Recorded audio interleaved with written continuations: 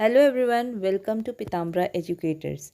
Today we are going to discuss MCQs for Term 1 for Class 11th Informatics Practices, and the topic is list in Python.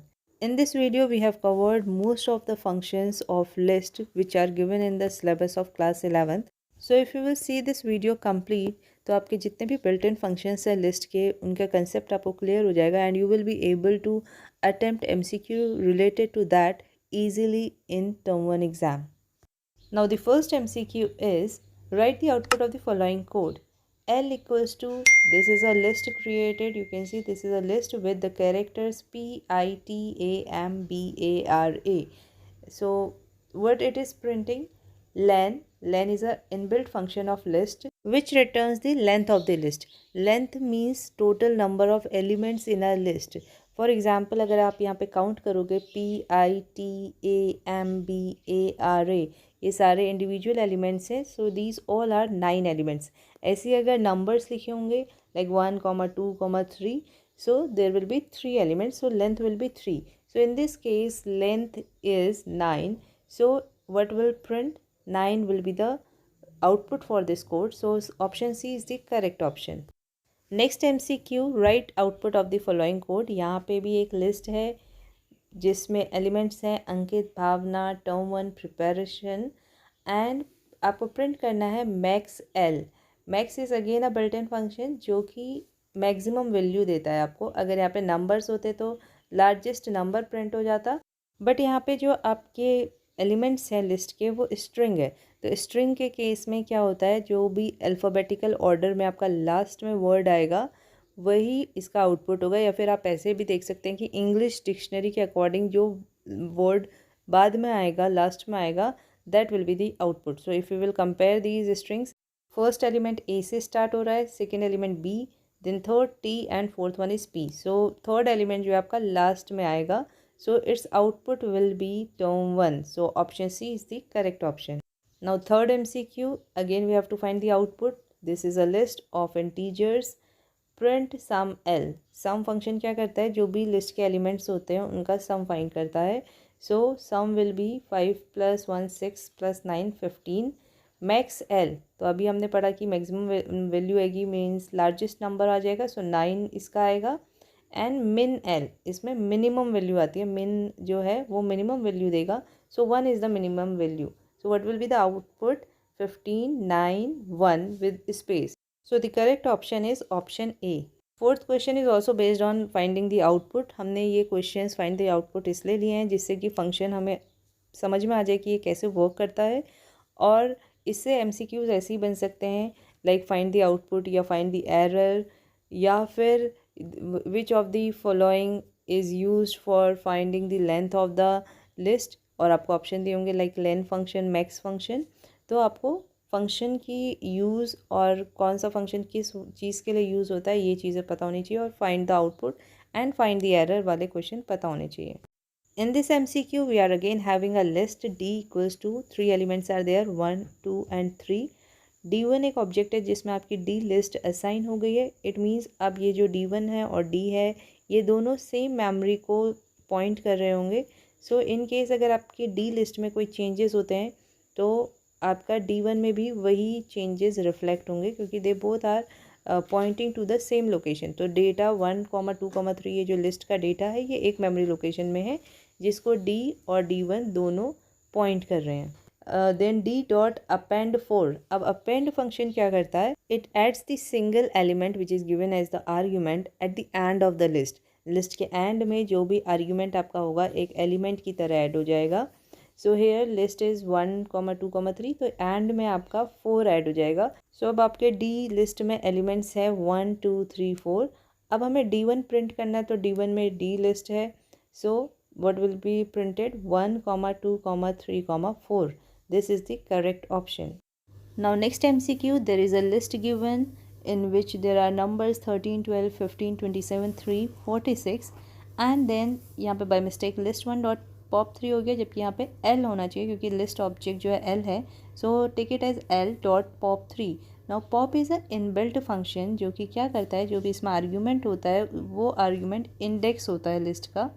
सो उस index पे जो भी आपका item होगा, जो भी एलिमेंट होगा, उसे रिमूव करता है, पॉप आउट कर देता है. पॉप आउट मीन्स रिमूव करना. So the element whose index is given as an argument in the function pop उस एलिमेंट को रिमूव कर देगा. तो हम यहाँ पे देखेंगे कि इंडेक्स क्या होता है. Index is use to access the individual element of the list. List के हर एक एलिमेंट को नंबर किया जाता है. लाइक फर्स्ट जो इंडेक्स स्टार्ट होता है वो 0 से स्टार्ट होता है बाय डिफ़ॉल्ट. सो 13 को 0 इंडेक्स होगा असाइन, 12 को 1 इंडेक्स असाइन होगा, ऐसे ही 15 को 2 इंडेक्स असाइन होगा और 27 को 3. So we can say nth element को n-1 इंडेक्स असाइन होता है. फॉर एग्जांपल 12 अगर एलिमेंट है, 12th एलिमेंट है, तो उसे 11 इंडेक्स असाइन होगा. सो यहाँ पे थर्ड इंडेक्स वाले एलिमेंट को हमें पॉप आउट करना है, इट मीन्स रिमूव करना है. सो थर्ड जो है 27 है, थर्ड इंडेक्स पे आपका 27 एलिमेंट है. सो 27 will be removed from the list. So now the output will be 13, 12, 15, 3, 46. So second option, B option is the correct option. Now the next MCQ, again a list is given. List dot insert 6, 3. So what is the use of insert function? जब हमें किसी particular index पे कोई element insert करना होता है, then we use this insert function. तो यहाँ पे जो फर्स्ट आर्ग्यूमेंट होता है वो इंडेक्स होता है और जो वैल्यू हमें इंसर्ट करनी होती है वो सेकेंड आर्ग्यूमेंट में हम लिखते हैं. So now 3 value will be inserted at the 6th index. So इस लिस्ट में जो है 5th इंडेक्स तक ही एलिमेंट्स है, तो 6th इंडेक्स जो होगा वो लास्ट इंडेक्स होगा. So the value 3 will be inserted at the end of the list. So the correct option is the C option. Next MCQ, which of the following command will insert 14 in second position of list L. तो अभी अभी हमने देखा है insert function, जो हमारी position होती है, इंडेक्स होता है, वो हमारा फर्स्ट आर्ग्यूमेंट होता है और जो एलिमेंट इंसर्ट करना होता है वो second argument. So the correct syntax for this will be L dot insert 2, 14. So option A is the correct option. Now the next MCQ, list function. यहाँ पे ये list function है जिसमें हमने sequence पास की है Python. तो list function क्या करता है, list create करता है using this argument. तो यहाँ पे list create हो जाएगी आपकी. list जो होती है square brackets के अंदर होती है. So the option A will be the correct option. In case अगर लिस्ट फंक्शन में कोई आर्ग्यूमेंट पास नहीं हुआ है तो आपकी एम्प्टी लिस्ट क्रिएट हो जाएगी. Now the next MCQ, right the output of the following code. List is given जिसमें 10, 20, 30, 40, 50 आपके एलिमेंट्स हैं. Next list 1 dot remove 100. So remove function क्या करता है, जो भी एलिमेंट आपका आर्ग्यूमेंट में दिया होता है उसे रिमूव कर देता है फ्रॉम द लिस्ट. इस फंक्शन के लिए 3 cases are there. First case है कि जो भी एलिमेंट दिया है आपका आर्ग्यूमेंट में वो लिस्ट में सिर्फ एक टाइम आता हो. For example 10, 100, 20, 30, 40, 50. तो 100 एक बार आया लिस्ट में तो वो 100 क्या हो जाएगा, लिस्ट से रिमूव हो जाएगा. इन केस अगर आपका 2-3 बार 100 लिखा है, लाइक 10, 100, 100, 100, 100, 20, 30, 40, 50 की जगह 100 होता, तो क्या होगा, जो सिर्फ फर्स्ट टाइम आपका 100 आया है वो रिमूव हो जाएगा. यानी कि first occurrence of that element will be removed from the list. Now the last case जो यहाँ पर है कि अगर हमारा एलिमेंट जो भी दिया है आर्ग्यूमेंट में वो लिस्ट में प्रेजेंट ही नहीं है, तो उस केस में क्या होता है, आपको वैल्यू एरर डिस्प्ले हो जाता है. So it's correct answer will be value error, means option A will be the correct option. Now 10th MCQ, we have to write the output of the following code. L equals to Pitambara, educator. So there are 2 string elements given in this list and we have to print L asterisk 2. सो यहाँ पे asterisk कोई operator नहीं होता, simple एक asterisk होता है repetition operator, जो कि आपकी ये जो एलिमेंट्स हैं लिस्ट के इनको रिपीट करता. फॉर एग्जांपल अगर L मल्टीप्लाई L asterisk 2 होता तो क्या होता, पीताम्बरा एजुकेटर्स, फिर से पीताम्बरा एजुकेटर्स, ये एलिमेंट 2 बार रिपीट हो जाते. बट यहाँ पे 2 एस्ट्रिक साइन है इसलिए हमें एरर मिलेगा. और इन केस अगर आपका सिर्फ एक एस्ट्रिक साइन होता तो आपका ऑप्शन डी करेक्ट हो जाता उस केस में. So this much in this video. I hope आपको लिस्ट के इनबिल्ट फंक्शंस का कंसेप्ट जो है वो क्लियर हो गया होगा. And in the next video I am going to post the MCQs on the next topic, that is dictionary. I hope आपके लिए ये MCQs हेल्पफुल रहेंगे.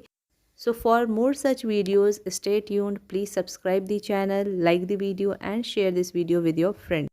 Thank you for watching this video and all the best for your term exams.